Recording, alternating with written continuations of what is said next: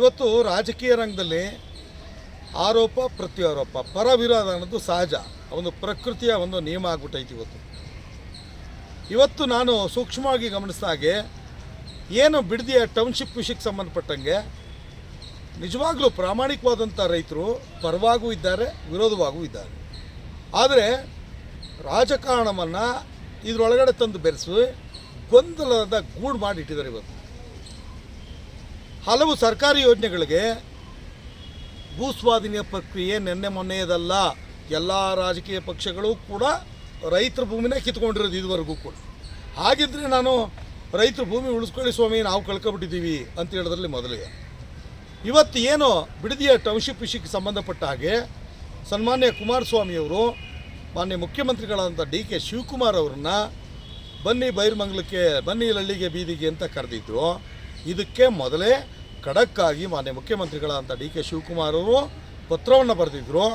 ಗಂಭೀರವಾದಂಥ ವಿಚಾರ, ನಿಮ್ಮ ಜೊತೆ ಒಂದು 4-5 ಜನ ಅನುಭವಿ ರೈತರನ್ನ ಅಥವಾ ನಿಮ್ಮ ಪ್ರತಿನಿಧಿಗಳನ್ನ ಕರ್ಕೊಂಡು ವಿಧಾನಸೌಧಕ್ಕೆ ಬನ್ನಿ ಅಂತ ಕರೆದಿದ್ರು. ಅದೇನೋ ಗೊತ್ತಿಲ್ಲ, ಕುಮಾರಸ್ವಾಮಿ ಅವ್ರಿಗೆ ಮುಖ್ಯಮಂತ್ರಿ ಆಗಬೇಕು, ಮತ್ತೊಮ್ಮೆ ಆಗಬೇಕು. ಈಗ 23ರಲ್ಲೂ ಕೂಡ ನಾನೇ ಆಗ್ತೀನಿ ಅಂತ ಅಂದ್ಕೊಂಡಿದ್ರು, 28ಕ್ಕೆ ಮೈತ್ರಿಯಲ್ಲಿ ನಾನೇ ಆಗ್ತೀನಿ ಅಂತಲೂ ಕೂಡ ಅಂದ್ಕೊಂಡಿದ್ದಾರೆ. ಮೊದಲ ಅವರ 20 ತಿಂಗಳ ಆಡಳಿತ ವೈಖರಿ, ಅವ್ರ ಜನಗಳ ಜೊತೆ ಬೆರೀತಂಥ ರೀತಿ ನಿಜವಾಗ್ಲೂ ಕೂಡ ಒಂದು ಮಾದರಿ ನಡೆಯಾಗಿತ್ತು. ಕಳೆದ 18ನೇ ಇಸ್ವಿನಲ್ಲಾದಂಥ ಸಂದರ್ಭದಲ್ಲಿ ಅವರು ವಿಧಾನಸೌಧಕ್ಕೆ ಹೋಗಲಿಲ್ಲ. ಇಡೀ ರಾಜ್ಯಕ್ಕೆ ಗೊತ್ತು, ದೇಶಕ್ಕೆ ಗೊತ್ತು, ತಾಜ್ ವೆಸ್ಟ್ ಎಂಡಲ್ಲೇ ಅವ್ರಿಗೆ ವಿಧಾನಸೌಧ ಆಗಿಬಿಟ್ಟಿತ್ತು. ಈಗ ಯಾಕೆ ವಿಧಾನಸೌಧ ಕಂಡ್ರೆ ಅಲರ್ಜಿ? ಹಾಗೆ ಯಾವ ಕಾರಣಕ್ಕೆ ವಿಧಾನಸೌಧಕ್ಕೆ ಹೋಗ್ತಿಲ್ವೋ ಗೊತ್ತಿಲ್ಲ. ಅಲ್ಲಿ ಹೋಗ್ಬೇಕಲ್ವಾ ಗಂಭೀರವಾಗಿ. ಒಂದು.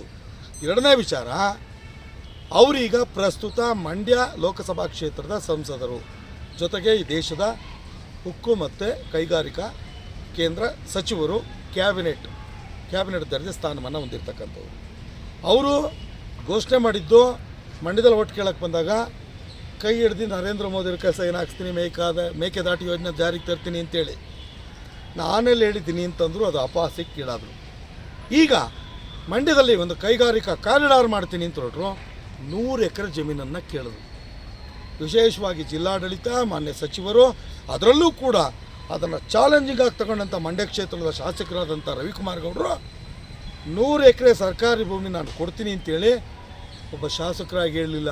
ಜಿಲ್ಲಾಧಿಕಾರಿಗಳನ್ನ ಕರ್ಕೊಂಡೋಗಿ ಸ್ಥಳವನ್ನು ಪರೀಕ್ಷೆ ಮಾಡಿ ಸಂಬಂಧಪಟ್ಟ ಇಲಾಖೆಗಳನ್ನು ಕರೆಸಿ ಅಲ್ಲಿ ಒಂದಷ್ಟು ಗೋಮಾಳ ಮತ್ತು ಕೆಲವರು ರೈತರು ಕೂಡ ಒಂದಷ್ಟು ಒತ್ತುವರಿ, ರೈತರ ಜಮೀನುಗಳು ಯಾವುದೂ ಅಲ್ಲ, ಅದು ರೆಡಿಯಾದಾಗ ಅಣ್ಣ ಆಟ ಚೇಂಜ್ 500 ಎಕರೆ ಬೇಕು ನನಗೆ ಅಂತ ಹೇಳಿದ್ರು. ಆ 500 ಎಕರೆ ಜಮೀನನ್ನು ಇವರು ಕೊಡಬೇಕಂತ ಅಂದರೆ ಎಲ್ಲಿಂದ ತಂದು ಕೊಡಬೇಕು? ರೈತರ ತವೇ ತಂದು ಕಿತ್ಕೊಡ್ಬೇಕಲ್ವ. ಇಲ್ಲಿ ಮಾತ್ರ ರೈತರು ಪರ, ಅಲ್ಲಿ ರೈತರ ಭೂಮಿ ಕೊಟ್ಟರೆ ಮಾಡ್ತೀರಾ ಸ್ವಾಮಿ ನೀವು ಎಲ್ಲೆಲ್ಲ ಆಯ್ಕೆ ಆಗ್ತೀರೋ, ನೀವು ಎಲ್ಲಿ ಜನ ನಿಮ್ಮನ್ನು ಆಶೀರ್ವಾದ ಮಾಡಿ ಕಳಿಸಿದಾರೋ ಅಲ್ಲಿ ಕೆಲಸ ಮಾಡೋದೇ ಇಲ್ಲ. ನೀವು ಆಂಧ್ರ ಪ್ರದೇಶದಲ್ಲಿ ಏನೋ ಮಾಡಿಬಿಟ್ರಿ, ಆ ದೊಡ್ಡ ಕ್ರಾಂತಿ ಮಾಡಿಬಿಟ್ರಿ ಅಂತ ನೀವು ಇಲ್ಲಿ ಭಾಷಣ ಮಾಡ್ತೀರಿ. ದಯಮಾಡಿ ಒಬ್ಬ ಜನಪ್ರತಿನಿಧಿ ಆದಂಥವರು ನಿಮ್ಗೆ ಎಲ್ಲಿ ಒಂದು ಸ್ಥಾನಮಾನ ಸಿಕ್ಕಿರ್ತದೋ ಅಲ್ಲಿಗೆ ನ್ಯಾಯ ಕೊಟ್ಟಿದ್ದೀರಾ? ನಿಮ್ಮ ಕೊಡುಗೆ ಆದರೂ ಏನು ಇಷ್ಟು ವರ್ಷದ ಕಾಲಕ್ಕೆ? ಮತ್ತೊಂದೇ ದೊಡ್ಡ ದುರಂತ ಅಂದರೆ 2004ರಲ್ಲಿ ಎಸ್ ಎಂ ಕೃಷ್ಣ ಅವರು ಮುಖ್ಯಮಂತ್ರಿಗಳಾಗಕ್ಕೆ ಅವಕಾಶಗಳಿತ್ತು ಮೈತ್ರಿ ಸರ್ಕಾರದಲ್ಲಿ. ಒಪ್ಪಲೇ ಇಲ್ಲ ನಿಮ್ಮ ತಂದೆಯವರು. ಒಬ್ಬ ಪತ್ರಕರ್ತರು, ರಾಜ್ಯದ ಒಬ್ಬ ಪ್ರಮುಖ ಪತ್ರಕರ್ತರು ಮತ್ತು ಕೃಷ್ಣ ಅವರ ಅಳಿಮಯ್ಯವರು ಅಲ್ಲಿ ಹೋದಂಥ ಸಂದರ್ಭಕ್ಕೆ ತಿರಸ್ಕಾರ ಮಾಡಿದ್ರಿ. ನೀವು ಯಾವಾಗಲೂ ಕೂಡ ಒಂದು ನಿಮ್ಮಿಂದ ಅಧಿಕಾರ ವಂಚಿತರಾದಂಥ ಯಡಿಯೂರಪ್ಪನವ್ರ ವಿರುದ್ಧ. ಮತ್ತು ಇದೀಗ ಡಿ.ಕೆ. ಶಿವಕುಮಾರ್ ಅವರು ಒಕ್ಕಲಿಗ ಸಮುದಾಯದವರು ಮುಖ್ಯಮಂತ್ರಿ ಆಗಿದ್ದಾರೆ. ಈಗ ಮೈ ಕಡುಕೊಂಡು ಅವ್ರ ವಿರುದ್ಧ ಹೋರಾಟ. ಬೆಳಗ್ಗೆ ಟಿ ವಿನಲ್ಲಿ ಹೇಳ್ತಾರೆ ಕುಮಾರಸ್ವಾಮಿ ಅವರು, ಇದು ಮುಖ್ಯಮಂತ್ರಿ ವಿರುದ್ಧ ಅಲ್ಲ ಹೋರಾಟ, ರೈತರ ಪರ ಅಂತ. ಮಂಡ್ಯದಲ್ಲಿ ರೈತರಿಲ್ಲ, ಹಾಸನದಲ್ಲಿ ರೈತರಿಲ್ಲ, ಈಗ ಬಿಡದಿ ರೈತರು ಮಾತ್ರ ನಿಮ್ಮ ಕಣ್ಣು ಕಾಣ್ತಾರೆ. ಇದು ಯಾವ ನ್ಯಾಯ ಸ್ವಾಮಿ? ನೀವು ಅಧಿಕಾರ ಬಂದಾಗ ಒಂದು, ಅಧಿಕಾರ ಇಲ್ಲದೇ ಇದ್ದಾಗ ಒಂದು. ನಿಜವಾಗಲೂ ನಾನು ಮೊದಲ 20 ತಿಂಗಳು ಮುಖ್ಯಮಂತ್ರಿಗಳಾಗಿದ್ದ ಸಂದರ್ಭ ನಿಮ್ಮ ಕಾರ್ಯವೈಖರಿಗೆ ನಾವು ಅಭಿಮಾನಿಗಳಾಗಿದ್ದಂಥವ್ರು. ಈ ರೀತಿ ಇನ್ನು ಎಷ್ಟು ದಿವಸ ಜನಗಳಿಗೆ ಕಣ್ಣಿಗೆ ಮಣ್ಣೆರ್ಚ್ಕೊಂಡಿದ್ದು ಮಾಡ್ತೀರಿ? ನಿಮ್ಮ ಮಗನ ಬಿಡ್ತೀರಲ್ರಿ ಬೀದಿಲಿ. ಆ ಹುಡುಗ ಒಬ್ಬ ಒಳ್ಳೆ ಅದ್ಭುತವಾದ ನಟ, ಒಬ್ಬ ಸೂಪರ್ ಸ್ಟಾರ್ ಆಗೋಕ್ಕೆ ಅವಕಾಶಗಳಿತ್ತು. ಬಂದುಬಿಟ್ಟು ನಿಮ್ಮ ಜೊತೆಲಿ ನಿಮಗಿಂತ ಹಿರಿಯರನ್ನು, ನಿಮ್ಮ ಸಮಕಾಲೀನರನ್ನು, ನಿಮ್ಮ ಡಿ.ಕೆ. ಶಿವಕುಮಾರ್ ಅವರು ನಿಮ್ಮನ್ನು BJPಯವರು ಆಪರೇಷನ್ ಕಮಲ ಮಾಡಿ ಆ ಮುಖ್ಯಮಂತ್ರಿ ಸ್ಥಾನದಿಂದ ಪದಚ್ಯುತಿಗೊಳಿಸುವ ಸಂದರ್ಭಕ್ಕೆ ಬೀದಿಯಲ್ಲಿ ನಿಂತು ಪ್ರತಿಭಟನೆ ಮಾಡಿದ್ರಲ್ರಿ ಡಿ ಕೆ ಶಿವಕುಮಾರ್ ಅವರು. ಈಗ ಮತ್ತೊಬ್ಬ ಒಕ್ಕಲಿಗ ಬಂದ, ಅಲ್ಲಿ ಆ ಸ್ಥಾನಕ್ಕೆ ಬಂದ, ಒಂದೊಂದು ರಾಜಕೀಯ ಶಕ್ತಿ ಕೇಂದ್ರ ಆಯಿತು ಅಂತ ಚುಂಚುಗೇರಿ ಮಠನೇ ಬಿಡಲೇ 2 ಭಾಗ ಮಾಡಿಟ್ಟಿದ್ದೀರಿ. ನಿಮ್ಗೆ ಇದು ಯಾವ ಲೆಕ್ಕ ಸ್ವಾಮಿ? ಮಂಡಿಗೆ ಬನ್ನಿ ಸ್ವಾಮಿ.